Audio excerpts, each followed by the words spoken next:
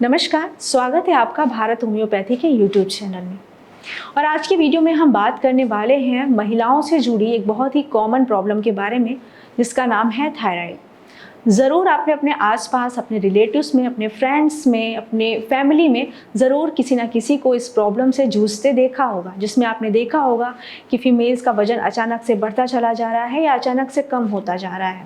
उनके गले में स्वेलिंग आ गई है, गले में खराश रहती है, बाल बहुत ज़्यादा झड़ते हैं, नाखून बहुत ज़्यादा टूटते हैं। ऐसी कई सारी समस्याएँ आपने देखी होंगी। लेकिन जब ये समस्या इतनी ज़्यादा कॉमन है तो इससे कुछ भ्रामक बातें भी हमारे बीच में रहती हैं। इससे जुड़ी कुछ मिथ्स हैं वो हमारे बीच में रहते हैं, जिन्हें सुनकर हम सच मान लेते हैं, डर जाते हैं और बहुत ज़्यादा तनाव से ग्रसित हो जाते हैं, तनाव लेने लगते हैं, स्ट्रेस लेने लगते हैं। और ये स्ट्रेस हमारे थायराइड हार्मोन को और ज़्यादा इम्बैलेंस कर देती है, उनका जो संतुलन है वो बिगड़ जाता है। तो आज का वीडियो इसीलिए आपके लिए है क्योंकि इन मिथ्स को आप जानें, इन गलत अवधारणाओं को आप समझें और तनाव कम लें और स्वस्थ रहें। तो सबसे पहला जो मिथ है वो हमारे बीच में रहता है कि थायराइड सिर्फ एक निश्चित आयु वर्ग के लोगों में ही होता है और ये ज़्यादातर सिर्फ फीमेल्स को ही होता है। मेल्स में ऐसी कोई प्रॉब्लम देखने को नहीं मिलती है, पुरुषों में थायराइड नहीं होता है। तो ये बिल्कुल गलत बात है। अगर हम आयु वर्ग की बात करते हैं तो जो हमारा आजकल लाइफस्टाइल हो गया है बहुत ज़्यादा ख़राब हो गया है, जिसकी वजह से हमारे हार्मोन्स इम्बैलेंस हो जाते हैं। तो आजकल बच्चों में भी ये प्रॉब्लम देखने को मिलती है। वहीं अगर महिला और पुरुष की बात करते हैं तो ये बात काफ़ी हद तक सही है कि थायराइड की प्रॉब्लम महिलाओं में ज़्यादा देखने को मिलती है। लेकिन थायराइड ग्लैंड हम सभी के गले में रहता है, पुरुषों में रहता है और महिलाओं में भी रहता है। तो जब ये ग्लैंड ठीक से काम नहीं कर रहा होता है, T3 और T4 के जो सिक्रीशन हैं वो कम ज़्यादा हो जाते हैं, हार्मोन्स बहुत ज़्यादा इम्बैलेंस हो जाते हैं, तो ये प्रॉब्लम किसी में भी देखने को मिल सकती है। लेकिन ये बात काफ़ी हद तक सही है कि ये जो प्रॉब्लम है वो फीमेल्स में ज़्यादा देखने को मिलती है। अगली जो मिथ है, अगली जो गलत अवधारणा हमारे बीच में रहती है कि अगर आपको थायराइड है तो आप प्रेग्नेंट नहीं हो सकते हैं, बेबी कंसीव नहीं कर सकते हैं। तो ये भी बिल्कुल गलत है। अगर आप प्रॉपर ट्रीटमेंट ले रहे हैं, डॉक्टर से बराबर संपर्क में हैं, अच्छी डाइट फॉलो कर रहे हैं, अच्छे से आप योगा कर रहे हैं, मेडिटेशन कर रहे हैं, जिससे कि आपके जो थायराइड हार्मोन्स हैं वो बैलेंस हैं, तो आप निश्चित रूप से बेबी कंसीव कर सकते हैं। थायराइड के जो हार्मोन्स अगर आपके इम्बैलेंस हैं और आपको ऐसा लग रहा है कि बेबी कंसीव नहीं होगा तो ये बिल्कुल गलत है। हाँ, काफ़ी हद तक ये देखा गया है कि जिन्हें थायराइड की प्रॉब्लम है उन्हें मिसकैरेज होने के चांस ज़्यादा रहते हैं, उनका जो गर्भपात है वो बार बार होता है। लेकिन इसका मतलब ये बिल्कुल भी नहीं है कि वो बेबी कंसीव नहीं कर सकते। एक प्रॉपर ट्रीटमेंट से आप ज़रूर प्रेग्नेंट हो सकते हैं। अगली जो गलत अवधारणा है वो है थायराइड में सिर्फ वजन बढ़ता है। जैसा कि पहले भी बताया, थायराइड दो तरीके का होता है, हाइपर और हाइपोथायराइडिज्म। अब अगर आपके हार्मोन्स कम सिक्रीट हो रहे हैं तो आपका वजन बढ़ने लगता है, वहीं अगर आपके हार्मोन्स बहुत ज़्यादा सिक्रीट हो रहे हैं तो आपका वजन घटने लगता है।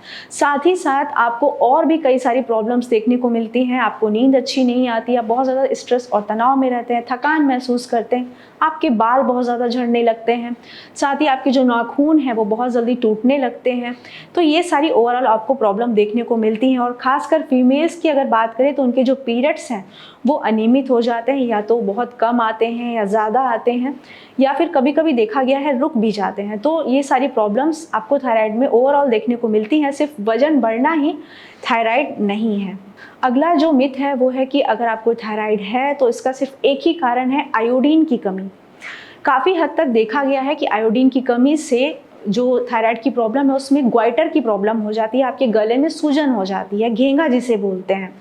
लेकिन ऐसा नहीं है कि वो सिर्फ आपको आयोडीन की कमी से ही होगा। ये एक ऑटोइम्यून डिसऑर्डर है जिसमें हमारा इम्यून सिस्टम हमारी थायराइड ग्लैंड के खिलाफ काम करने लगता है, जिसमें हमारी थायराइड ग्लैंड के जो हार्मोन हैं वो इम्बैलेंस हो जाते हैं।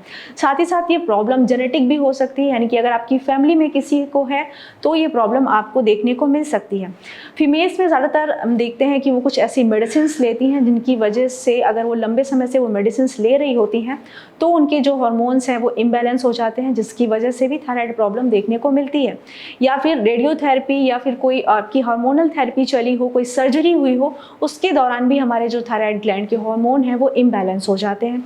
वहीं जो हमारी पिट्यूटरी ग्लैंड है जो थायराइड स्टिमुलेटिंग हार्मोन को सिक्रीट करती है, जो हमारे ब्रेन में रहता है, जिसकी वजह से जो थायराइड के हार्मोन हैं वो एक निश्चित मात्रा में ही रिलीज होते हैं, वो नहीं हो पाते हैं जब उसमें गड़बड़ी आ जाती है। तो पिट्यूटरी ग्लैंड में गड़बड़ी होना भी थायराइड का कारण बन सकती है, थायराइड होने का कारण बन सकती है। साथ ही अगर आप बहुत ज़्यादा स्ट्रेस, तनाव लेते हैं तो भी आपका जो थायराइड ग्लैंड है वो ठीक से काम नहीं करता है, आपके हार्मोन्स इम्बैलेंस हो जाते हैं।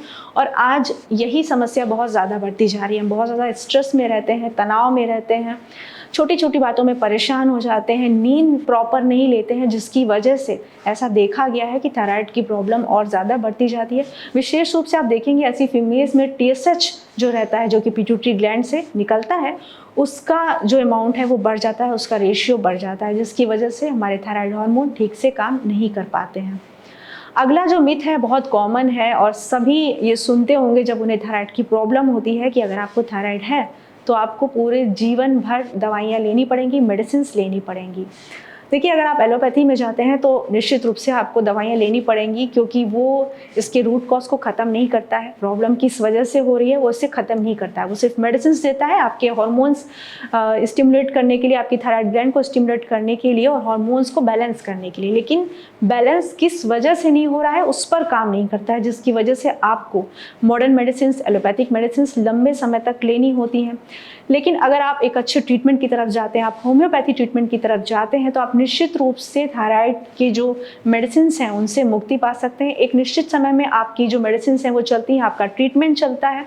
आप उस दौरान एक अच्छी डाइट फॉलो करते हैं, मेडिटेशन करते हैं, योगा करते हैं, तनाव से दूर रहते हैं और एक अच्छी लाइफस्टाइल अगर आप फॉलो करते हैं तो आप निश्चित रूप से थायराइड की मेडिसिन से दूर रह सकते हैं, थायराइड से आप मुक्ति पा सकते हैं। लेकिन ध्यान रहे, आपको मेडिसिन टाइम से लेनी है, ट्रीटमेंट प्रॉपर लेते रहना है, तभी आप इससे मुक्ति पा सकते हैं। साथ ही साथ आप थायराइड की जो मेडिसिन है उनसे मुक्ति पाने के लिए आप ये तो मेडिसिन आप लें ही, साथ में कुछ घरेलू जो उपाय रहते हैं उन्हें भी अपनाएं। जैसे धनिए का पानी, बहुत सारी फीमेल्स में देखा गया अगर वो धनिए के पानी का सेवन करती हैं तो उनके जो थायराइड के हार्मोन्स हैं वो बहुत जल्दी ही बैलेंस हो जाते हैं, संतुलित हो जाते हैं। तो आप साथ साथ इन सारी चीज़ों को भी अगर आप फॉलो करते हैं तो निश्चित रूप से आप थायराइड की दवाओं से मुक्ति पा सकते हैं। और ज़्यादा जानकारी के लिए आप हमारे आई बटन पर क्लिक कर सकते हैं, जिसमें आप थायराइड के बारे में पूरी जानकारी ले सकते हैं। तो आशा है आज आप समझ पाए होंगे कि थायराइड के बारे में जो भ्रामक बातें हैं उनसे आपको बचना है, उनसे परेशान नहीं होना, उनसे तनाव नहीं लेना है। आपको एक अच्छा ट्रीटमेंट लेना है, एक अच्छी डाइट फॉलो करनी है, एक अच्छी लाइफस्टाइल को फॉलो करना है। तो आप निश्चित रूप से थायराइड की जो प्रॉब्लम है, चाहे वो हाइपर हो या हाइपो हो, दोनों से ही आप मुक्ति पा सकते हैं। तो आज के वीडियो में बस इतना ही, मिलते हैं नेक्स्ट वीडियो में। धन्यवाद।